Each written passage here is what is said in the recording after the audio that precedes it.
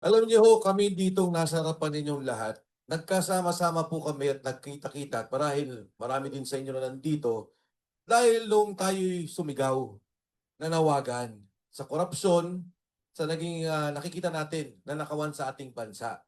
Organisado, sistematiko, trilyon-trilyon ang pondong nawala.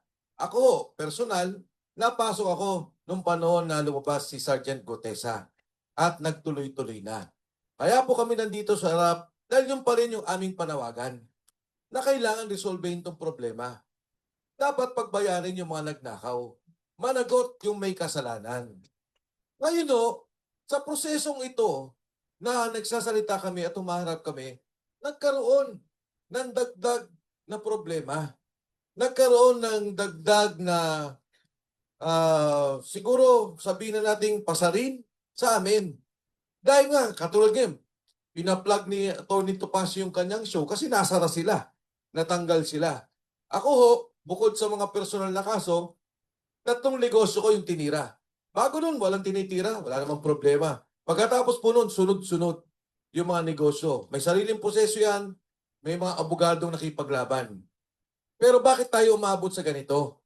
Sa isang demokrasya, ang tangi pong hawak namin ay yung aming boses, yung aming pananalita.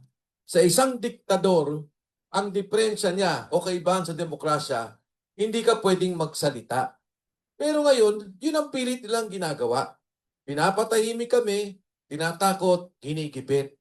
Ito ho, kailangan nating labanan. Tuloy ang laban sa korupsyon, tuloy ang laban sa panggigipit. Dahil ito, nagsama-sama tayo, mahaba pa ang susunod na eleksyon eh. Hindi naman to sa eleksyon. Kung hindi hustisya talaga at katarungan. At palagay ko, sa bawat araw na dumadaan, 40 na ho kaming kinasuhan. Dadami pang kakasuhan. Bakit nakakalungkot? Tinanong ako, kung may kaso kayo talaga, dapat kasuhan kayo.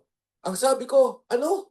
Yung resources ng NBI, imbis na gamitin ninyo para kunin yung CCTV sa delivery ng maleta, para imbestigahan anong mga ginawa na transportasyon, abutan ng pera, para tingnan ang dokumento, saan ba lang galing ang mga kontrata, ginagamit laban sa amin.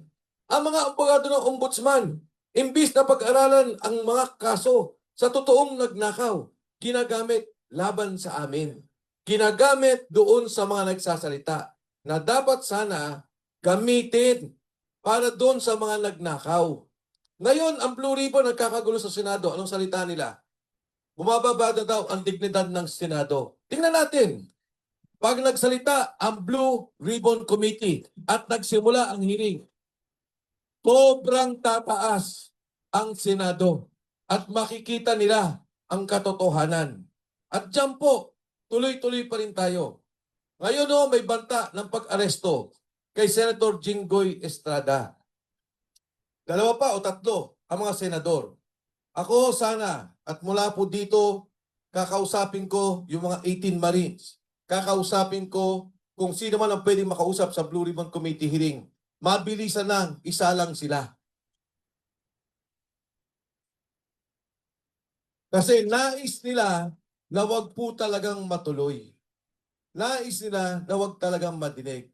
Pero katulad ng sinabi ko, wag po tayong tumahimik. Hindi na ho para sa atin, hindi para sa away, hindi para sa kulay politika, pero sa kinabukasan ng ating mga anak at ng ating sambayanan. Salamat po.